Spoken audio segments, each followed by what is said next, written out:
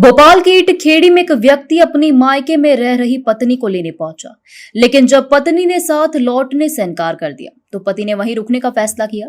अगली सुबह तड़के करीब 5 बजे जब पूरा परिवार गहरी नींद में था, पति ने पहले साले पर पेट्रोल छिड़का, फिर पत्नी पर और आग लगा दी। हालांकि पेट्रोल की महक से साले की नींद खुल गई थी और उसने दूसरे कमरे में भागकर अपनी जान बचाई। पत्नी को जलता हुआ देखने के बाद पति ने खुद पर भी पेट्रोल छिड़क कर आग लगा ली। यह घटना करीब 7 दिन पहले 9 जून की है। इलाज के दौरान पति पत्नी की मौत हो गई है। इटखेड़ी पुलिस ने मर्ग कायम कर जांच शुरू कर दी है।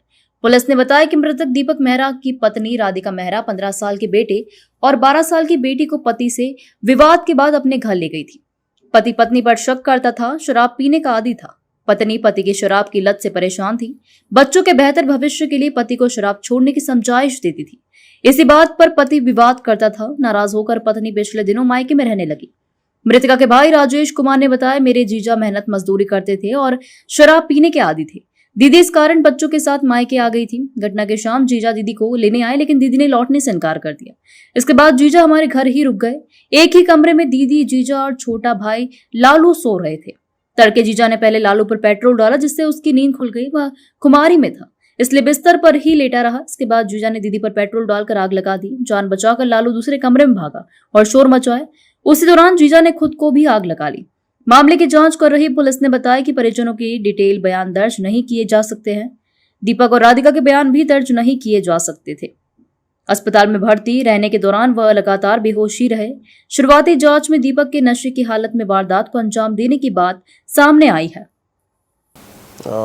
थाना ईंटखेड़ी के अंतर्गत ग्राम परवलिया सानी की घटना है, जिसमें पति और पत्नी के बीच एक विवाद लंबे समय से चल रहा था, जिसके कारण पत्नी जो है वो अपने मायका में आके रह रही थी और पति अपने घर में रहता था। दोनों अलग अलग रह रहे थे, परंतु पति ने कुछ दिनों पूर्व परवलिया सानी में जाकर और विवाद किया।